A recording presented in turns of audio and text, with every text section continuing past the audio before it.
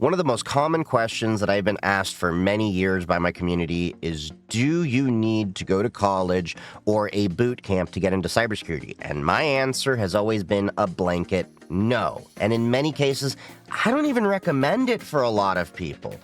I'm giving this to you from my experience, not really learning anything in college specific to IT. My background actually was to apprentice as an electrician because I thought that would be more worthwhile, and I didn't really want to pursue the footsteps of what my dad did working in IT for many years because, a lot of kids when they grow up, they're not sure they want to do the same thing as their parent. And then eventually I used those electrician skills to actually get into networking. And the interesting thing is, all the networking stuff that I've learned was by getting spare computers, making my own home lab, which I've talked a little bit about here on YouTube and a lot in prior TikTok videos. And I learned most of my networking concepts actually through reading the PF Sense manual, which is what I recommend a lot of people actually look at. And home labbing and field experience is going to be, I think, a lot more vital for a lot of things to get into this industry, because I know a lot of people who are very smart that they have a college degree and they still can't break into this field. And in the honest truth, I've said before on my stream that I feel like college is a bit of a scam. And why I have that feeling is it feels like we're all just shoved the idea of we need to go to college when we're not really that sure of ourselves. And there's a lot of career paths that one can take that don't really require college. And IT and cybersecurity is one of those. Now, some people do get value out of going to a classroom and learning from that. I'm not shaming any of you that go down that path. For some people, that is valuable.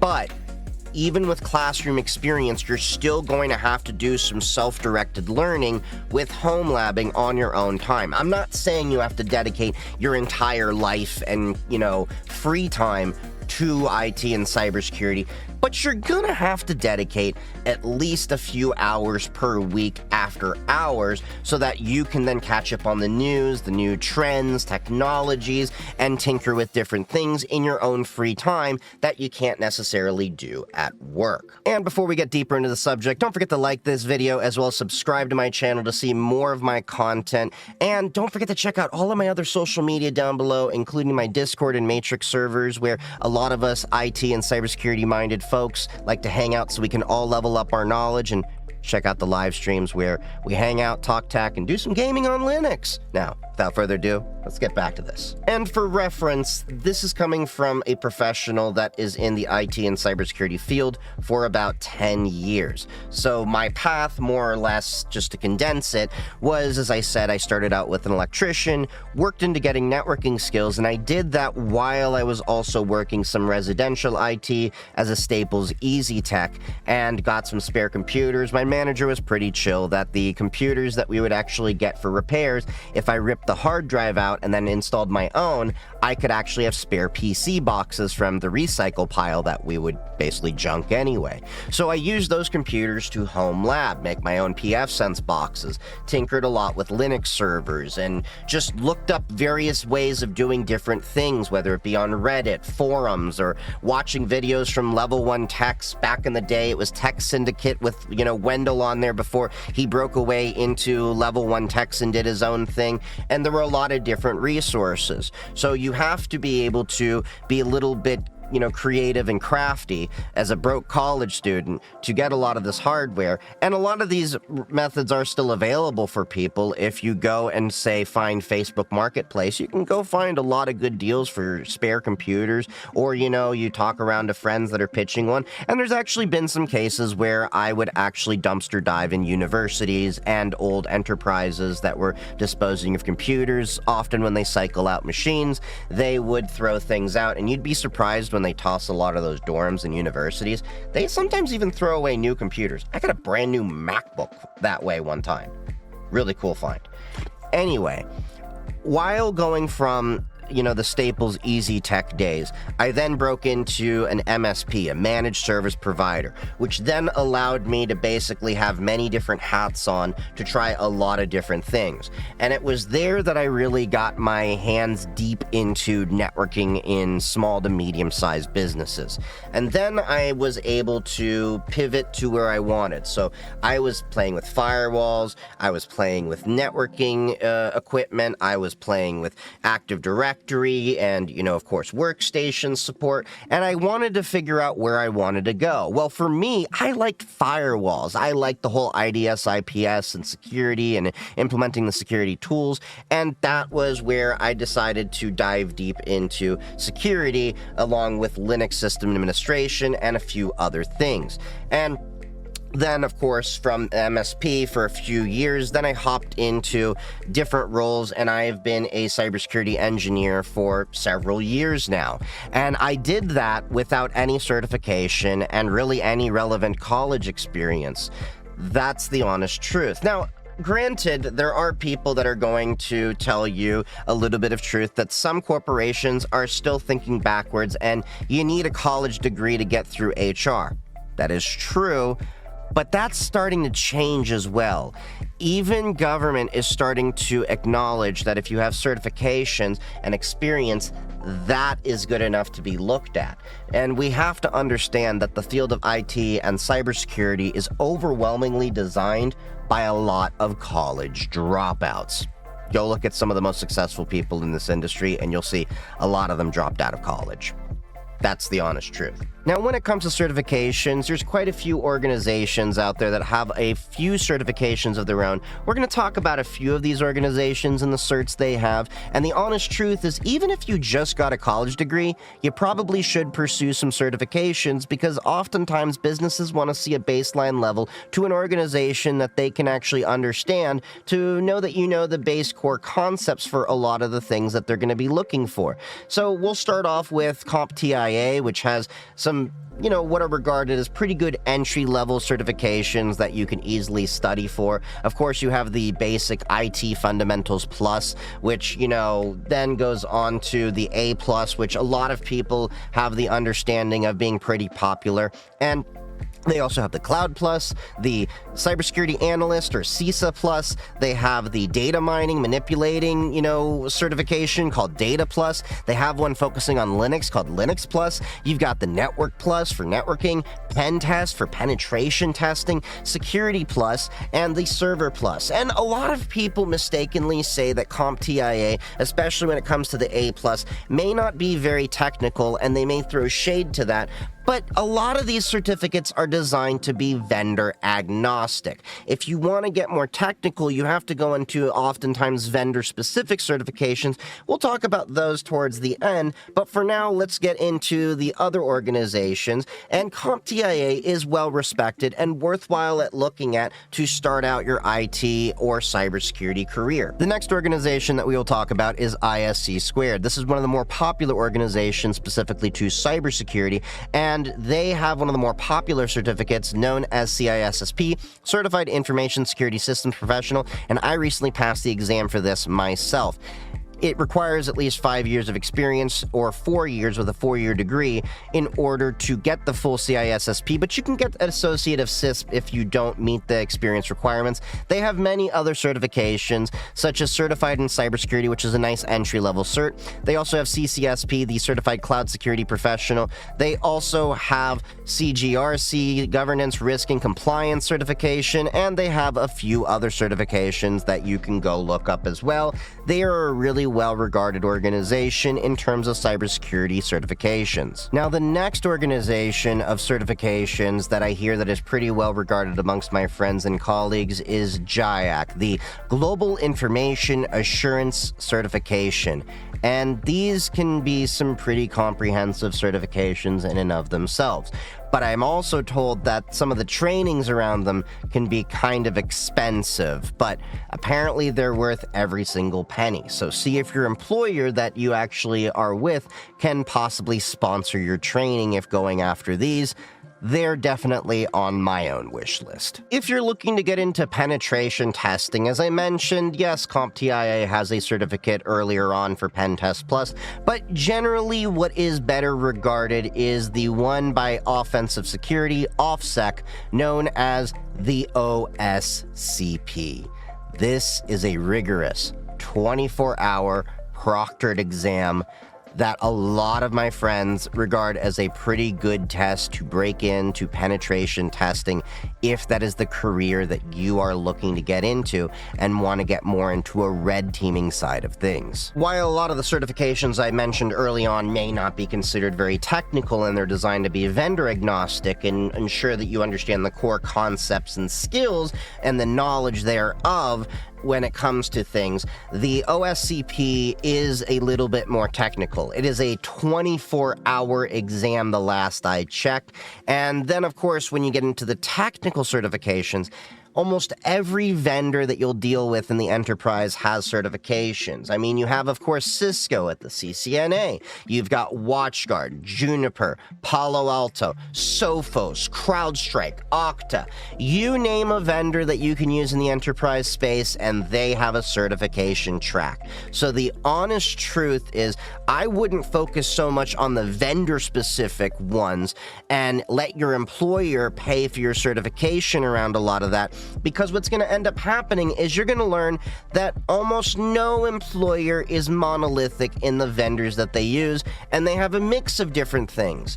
There are companies that will maybe use a mix of Cisco, and then Palo Alto, and then maybe have Aruba, and then they'll probably also be using Okta and CrowdStrike and Zscaler. So I would actually focus on the core concepts and knowledge around that than the vendor-specific technical knowledge, unless you're getting into penetration testing, where a lot of those tools are open source, in fact.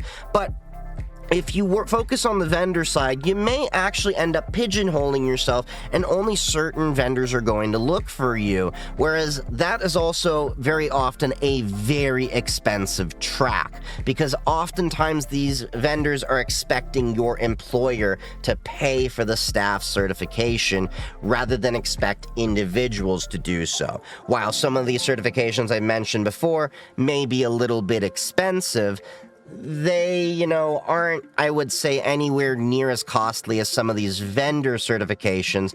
And all in all, these certifications still cost less than your college tuition in many cases, except for if maybe you're looking at some SANS courses for GIAC and other things like that, because some of those training classes can be a few $1,000s. But I know, looking at my local ISSA, they actually had the CISSP training for only $500, and the test was $750, $1,000 if you wanted to get the peace of mind that included one retake as well in case you happen to fail. So all in all, you can easily save up and budget for a lot of these certifications on your own. But that's a decision that you can choose to make when you are going to pursue these to level up your skills in your career, as well as level up your overall career to possibly get a higher earning job. Even if you don't necessarily want to tinker with a lot of the hardware, there's a lot of ways for you to tinker with software to emulate a lot of ways to learn things.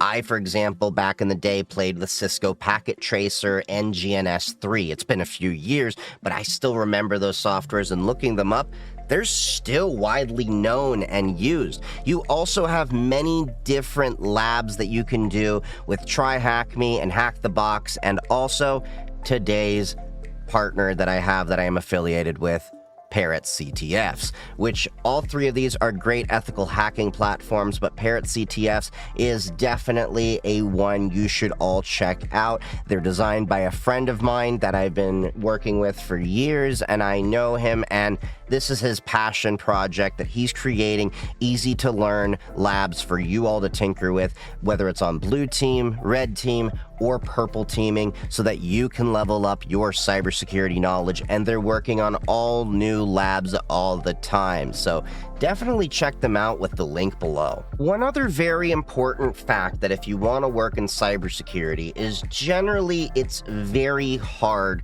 to get right into cybersecurity off the bat. A lot of these employers generally want to see a few years of experience in IT, whether it's system administration, networking, or any of those parts of IT, before they will really consider you for a position, because they want to know that you can understand and apply a lot of the core concepts. Because even though a lot of people do want to think of cybersecurity as its own path of IT, and I do agree that they should be separate entities within an organization, you can't help but understand there's a lot of overlap, that you really need to think of it as cybersecurity is a specialization of understanding IT concepts, where you know how things get architected, rolled out in the best practices, and then cybersecurity is knowing a lot about the fundamentals of a lot of these systems so that they can be better secured. And it's for this very reason that I often recommend the advice to a lot of people that are wanting to get into cybersecurity. You're going to have to embrace the suck for the first 2 to 3 years at least of your career. You're going to be in help desk positions. You're going to get the sucky roles for a while, because you need to build up a lot of those base fundamental core concepts and skills, whether or not you've gone to a 4-year college, because there's a huge difference between learning things in the classroom and learning them in the enterprise and how to apply them in the field. Because as you're often going to learn, sometimes what's in the textbook isn't always the best as to what's applied to the situation you're in. There's theory and there's reality. There's two completely different things that can often happen in these situations, but understanding the theory will get you to at least where the best practice can be applied to different situations. And college, while it can be a useful tool for many, can only prepare you for so much. As I tell a lot of people, often what times are written into your textbook may be about 3 to 5 years behind what's currently in the field. You have to understand the field is evolving a lot faster than can be changed into a textbook, which is why you always have to, again, do self-directed learning, because you're going to learn more about what's out there currently than what's in a book. Books take time to publish. People can write blogs faster than they can books. People can update a GitHub faster than they can write a book about the software around it. Now, there are books around a lot of concepts that don't really change all that much, but even NIST, the National Institute for Standards and Technology, has new standards that come out. There are some drafts out there right now that are upending a lot of prior beliefs, such as, I can't remember the number off the top of my head, but I was reading one the other day that was talking about they want to remove the requirement of recommending that you rotate your password on a regular cadence of 30, 60, 90 days into just rotating the password when the actual password has potentially been breached. So there's things that can change, and sometimes it's going to take time for not only those standards to be published, but you to be aware of the draft coming down the road so you are better prepared for that coming down, because once it's published, then it takes time for it to matriculate into the textbooks. So all of this is to say that no, you don't need to go to college or a boot camp to get into cybersecurity. But you do need to put your nose to the grindstone, whether you're going to college or you're doing self-directed learning to get where you want in this field. It takes time, it takes perseverance, it takes a lot of effort and a little bit of commitment as well on your part. So if I can manage to do it, where I've managed to just finish the test for my first certification as a CISSP, Certified Information Security System Professional, then I think you can do it as well. I've been very happy with the career that I've built so far, and I think that you too can have a very happy and fruitful career in this field when you understand it's not going to be that, oh, I clock out and I'm done. This, just like many other professional fields, requires study after hours, extra work, and the learning never stops. Just remember, if you don't want to basically die in this field, then don't plateau your knowledge. Happy hacking, everyone. Let me know what you think down in the comments below. Don't forget to like this video and subscribe to my channel to see more of my content, and check out all of my other social media in the description below. Until next time, see you around.